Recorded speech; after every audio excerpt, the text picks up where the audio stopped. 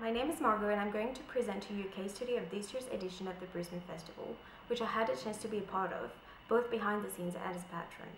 In this case study of Brisbane Festival 2015, I will quickly introduce the festival and then intend to shed a light on the festival's goals and impacts. Brisbane Festival is one of Australia's major annual international performing arts festivals and the city's premier cultural event.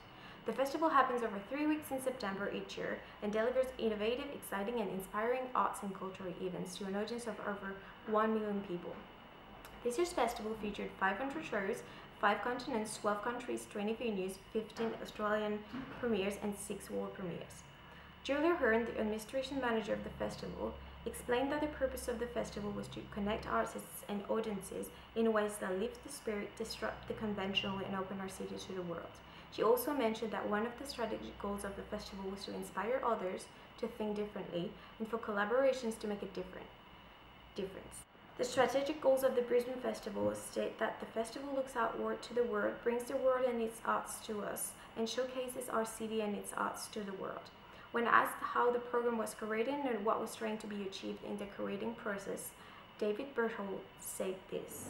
The program was built quite organically, really, in that I knew a few basic things, in that I knew there needed to be a balance between international work, national work and local work. Okay. I also knew that there needed to be some sort of balance between art forms. I knew there needed to be some sort of balance between really popular shows and shows that were maybe a bit more challenging. Yeah. I knew there needed to be a balance between things for families in particular, and plays for different age segments. So I also knew that I wanted a festival that just wasn't a series of one-off events or shows that do the festival circuit, you know, and in a way could have been anywhere. I was keen to lay the festival in a way that you could follow some sort of story cumulatively through the festival. You know, one of the great struggles of art, really, is trying to balance the box office and the artistic impulse. David goes on to discuss the interconnection of the Congo Connections and Singapore series segments with the rest of the program. You know, I might point to Hot Brown Honey, for example, which a local work, not about the Congo or anything, but nevertheless its content spoke very much to all that area. So the clusters were actually a little larger than might be obvious. Finally, he adds that because of the large African and Asian communities in Brisbane, the international focus of the festival actually had a local resonance. As mentioned earlier, one of the Brisbane Festival's central objectives is to encourage participation and engagement by the community. In this regard, the festival has undertaken a lot of initiatives to make it accessible to a wider audience by minimizing the barriers of financial capabilities, geographic boundaries, physical limitations, and time availability, therefore increasing audience reach. The festival offers multi-tickets packaging, providing discounted offers, and has created a lot of free events, such as artist stalls and free live music concerts. Another initiative over the years has been to program events across a variety of different types of venues in Brisbane, including in your own backyard local book or living room through the newly introduced Backyard Cinema segment. The festival also supports quality experiences for people with needs by offering assistive listening systems in the majority of its venues. Finally, the festival's lens offers a broad window of time for the audience to engage with the festival activities. Brisbane Festival is a non-profit organization and wouldn't exist without the operational and financial help of corporate and government sponsorships, which ensure that the festival has adequate resources to fulfill its purpose and safeguard its sustainability. Therefore, the festival makes it a priority to leverage on these sponsorships and strives to deliver an event that will economically benefit the city of Brisbane. In order to maximize the economic impact in the Brisbane area, the festival partners with local businesses through innovative partnership packages specifically designed to their partners' requirements to increase sales, build brand recognition, engage the community, and involve staff. Now let's see if the festival had the impacts it intended to have. A lot of the informal feedbacks I heard from patrons mentioned the fact that the program had too much of international focus. Therefore, I asked David Berthold what was his opinion on the matter. It will always have a strong international component. It's an international arts festival, but yes, the balance was probably skewed more to the international initiative. It therefore appears that the goal to grow and develop the Australian local arts sector was insufficiently addressed.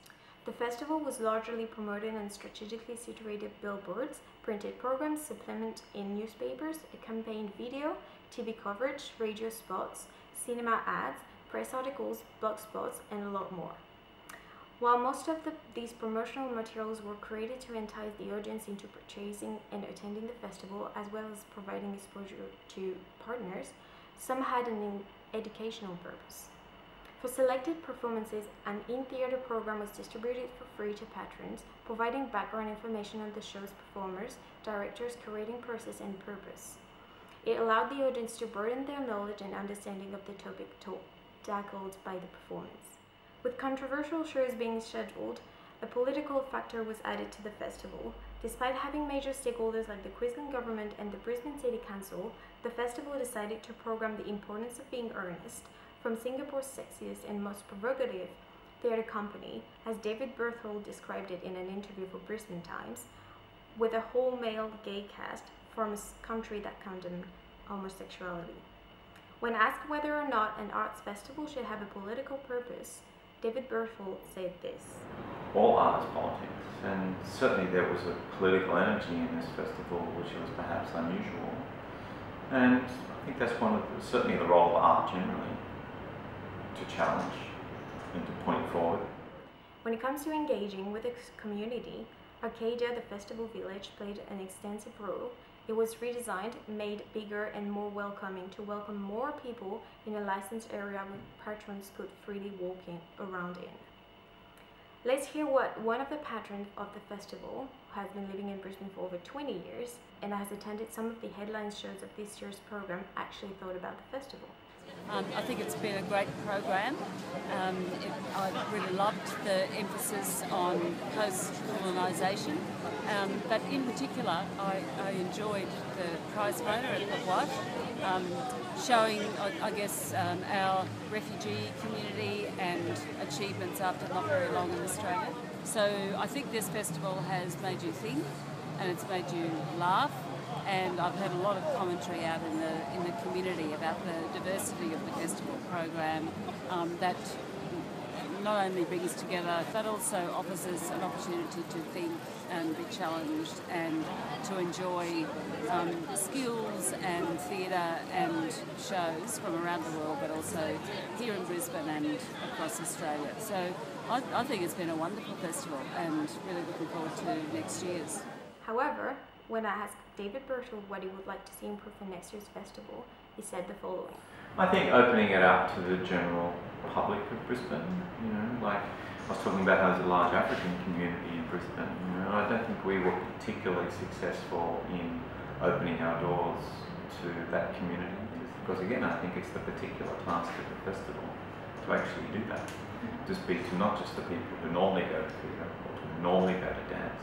Therefore, the festival goes to create a compelling connection between audiences and arts experiences, encourage civic pride, present outstanding arts experiences from around the globe that expand our senses of the world and what is possible, were only achieved in part.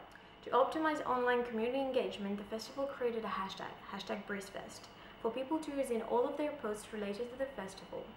Competitions were organized for patrons to win prizes, and numerous conversations were initiated on social media. Compared to last year, there were an increase of 10% in Facebook fans, 135% in Twitter followers, 130% Instagram followers, and 35% in Pinterest followers. With regards to partner satisfaction, Hannah Fitzpatrick, Development and Production Coordinator at Screen Queensland, said that this year the festival went above and beyond. She revealed that, in addition to branding benefits, the company got a lot of employee advantages, networking, and corporate entertaining benefits.